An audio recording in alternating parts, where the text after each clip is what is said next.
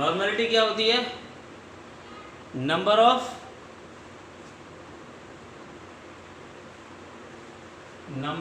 Gram equivalent of solute, number of gram equivalent of solute present in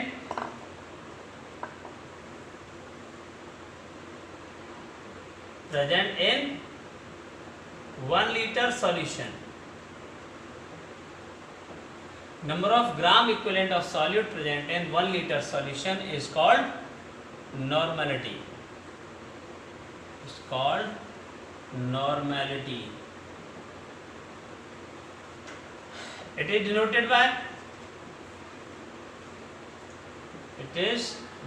by capital N. Its unit is क्या? इसकी unit क्या होगा? Gram equivalent per litre, gram equivalent per litre. खास बात क्या है? It is volume dependent quantity, volume dependent quantity, that's why decrease on increase in temperature। जो भी वॉल्यूम डिपेंडेंट कंसंट्रेशन क्वांटिटी होती हैं वो सारे टेम्परेचर बढ़ाने से कम हो जाते हैं। तो ये भी ऐसा ही है। फॉर्मूला बनाते हैं इसका, normality equal to gram equivalent of solute है,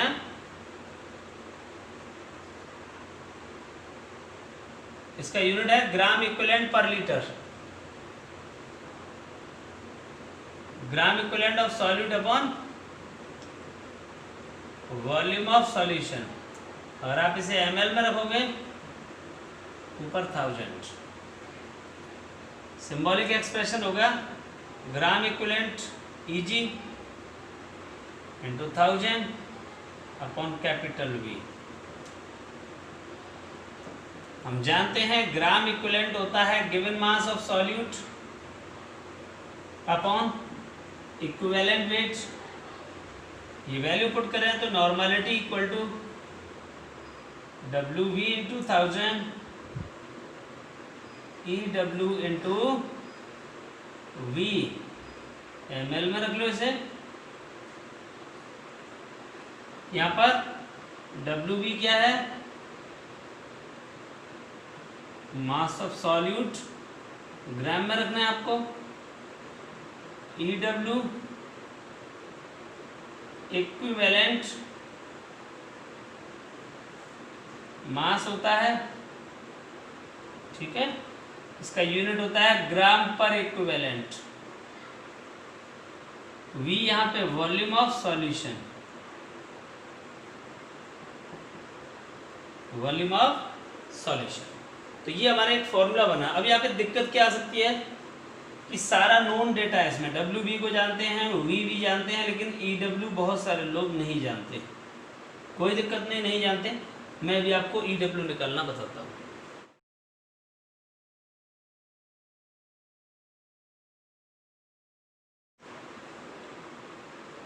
इक्विवेलेंट मास, इक्विवेलेंट मास क्या होता है?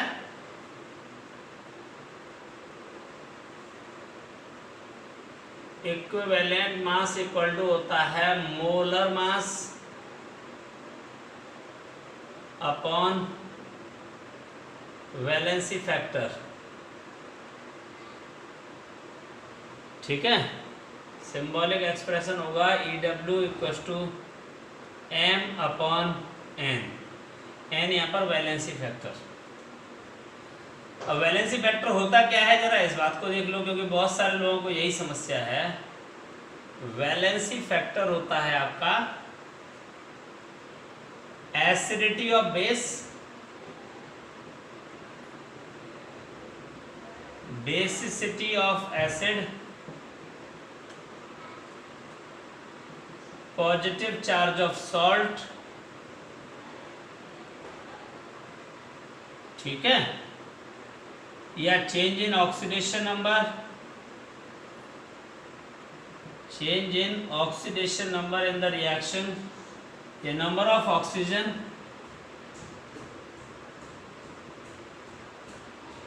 Produce during the reaction. अलग अलग कंडीशन में अलग अलग चीज़ें देखनी होती हैं हमें, ठीक है। अब ज़रा देखें हम इसमें कि ये कैसे निकालना है, इसको मैं यहाँ पे इस एरिया में बताने की कोशिश करता हूँ। जैसे मैं एसिड ले लेता हूँ तो एसिड में हमें क्या देखना होता है, एक्टिव हाइड्रोजन। एक्टिव हाइड्रोजन जितने होंगे उतना ही उसका वैलेंसी फैक्टर होगा। एक्टिव हाइड्रोजन की पहचान होती है जोन है। जोन है मतलब hydrogen should be attached with either halogen और ऑक्सीजन और नाइट्रोजन। अगर हाइड्रोजन इन तीनों में से किसी से भी बॉन्डेड है तो वो एक्टिव होगा और रिलीज हो जाएगा। HCl में 1, H2SO4 में 2, H3PO4 में 3। फॉस्फोरस एसिड में एक कंडीशन ये होती है कि आपको जितना ऑक्सीजन दिख रहा है उससे एक कम उसकी बेसिसिटी होती है। 4 ऑक्सीजन है तो 3 होगा। H3PO3 है,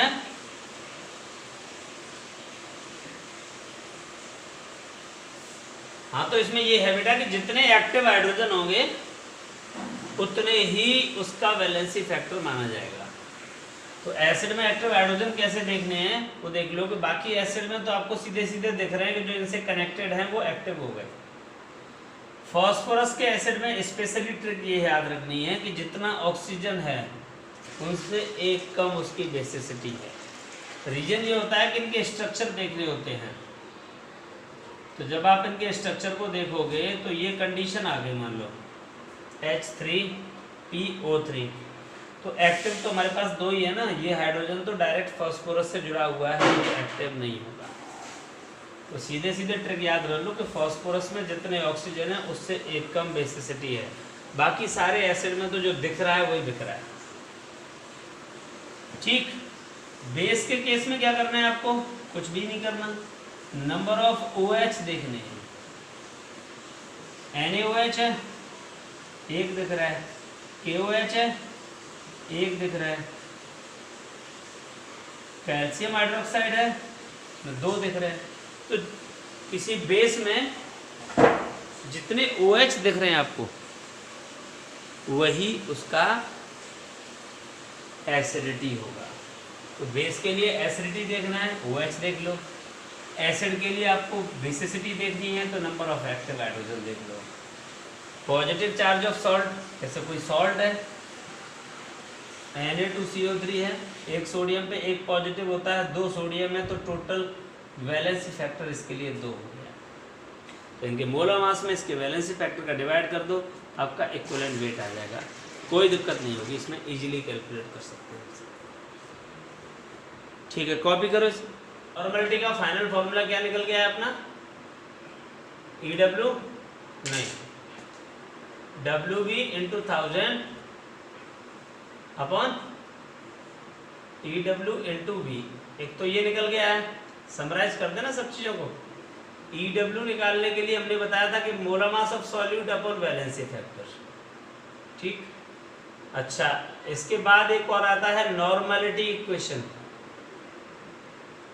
नॉर्मलिटी इक्वेशन क्या होगा, N1V1 = N2V2। अच्छा, अगर परसेंटेज गिवन है तो नॉर्मलिटी का फॉर्मूला वही percentage into density into 10 upon equivalent wait रख देंगे। अगर मिक्सिंग ऑफ सॉल्यूशन है, मिक्सिंग ऑफ सॉल्यूशन के केस में क्या करेंगे, वही जैसे मोलरिटी में किया था आपने, N1V1 + N2V2 = N3V3।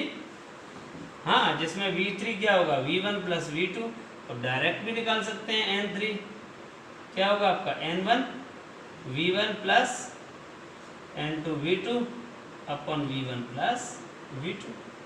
तब इजीली इन चीज़ों को कैलकुलेट कर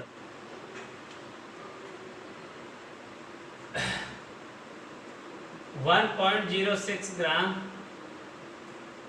sodium carbonate dissolved in 200 ml water. Calculate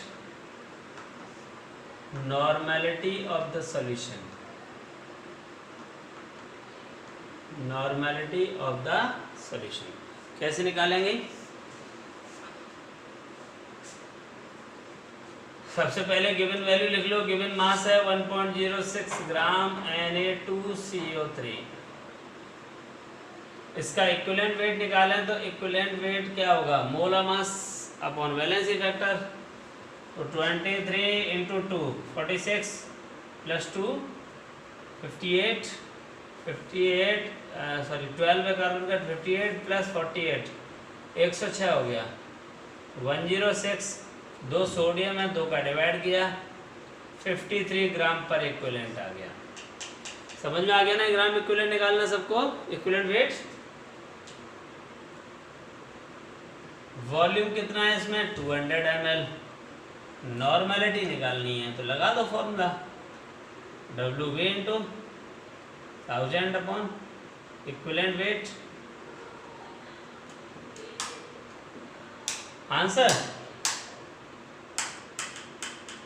answer की बात कर रहे हो?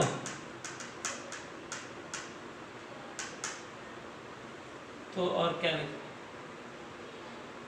ये 1.06 ग्राम सॉल्यूट है और 106 इसका मोलर मास था, तो ये 53 आ गया इक्विवेलेंट वेट इंटू 200। ये तो कट गया 5 टाइम्स, डेसिमल हटाया 2 जीरो हो गई, 53 बन गया 53। तो ये कट गया 50 बार, 1 10 0.10। हाँ नॉर्मल, सही आंसर बिल्कुल ठीक है। अच्छा एक और बात बतानी थी, जैसे किसी सॉल्यूशन की एक नॉर्मलिटी है तो उसे नॉर्मल सॉल्यूशन कहेंगे। अगर NY10 है तो deci normal, NY2 semi normal. ठीक है, तो ये वर्डिंग इक्वेशंस में या थ्योरी में आती है। देखिए इसमें मोल फ्रैक्शन, मोल फ्रैक्शन क्या होता है? The ratio of moles of one component to the moles of total component of the solution, total component of the solution। ठीक है, अगर सपोज करें हम यहाँ पे एक बाइनरी सॉल्यूशन की बात करते हैं जिसमें एक सॉल्यूट होगा और एक सॉल्वेंट, तो उसके लिए मोल फ्रैक्शन क्या हो जाएगा? मोल फ्रैक्शन को चाई से डिनोट करते हैं। चाई में क्या होता है, इस तरीके से एक्सप्रेशन करते हैं। ठीक है, मोल फ्रैक्शन इक्वल टू हो गया moles of solute upon total mole. Solute और सॉल्वेंट दोनों आ गए। अगर हमें मोल फ्रैक्शन निकालना है सॉल्वेंट का तो moles of solvent upon total mole. तो जिसका मोल फ्रैक्शन निकालना है उसके मोल्स ऊपर रख दो, नीचे टोटल मोल रख दो। जितने भी कंपोनेंट्स हैं, 2 कंपोनेंट है तो 2 का रख दिया, 3 होते तो 3 का रखते, 10 होते तो 10 का रखते। जो आपके पास सॉल्यूशन में कंपोनेंट्स हैं सबके मोल नीचे, ऊपर उसके मोल आएंगे जिसका मोल फ्रैक्शन निकालना है। वैसे टोटल मोल फ्रैक्शन सारे कंपोनेंट्स को मिला करके हमेशा 1 होता है। हम यहाँ बाइनरी की बात कर रहे हैं तो दोनों कंपोनेंट्स को मिला करके 1 होगा। अगर किसी एक की वैल्यू गिवन है, दूसरा निकालना है, 1 में से माइनस कर दो, वैल्यू निकल आएगी।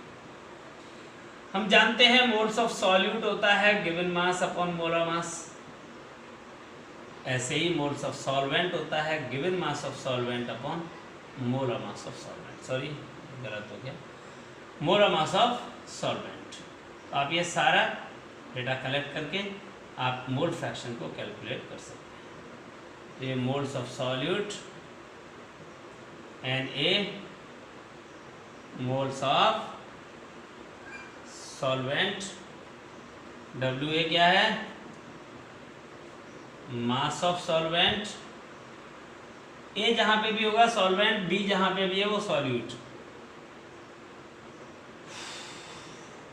मास of solute, M B molar mass of solute, M A molar mass of solvent. इसे कॉपी करो फिर आगे बात।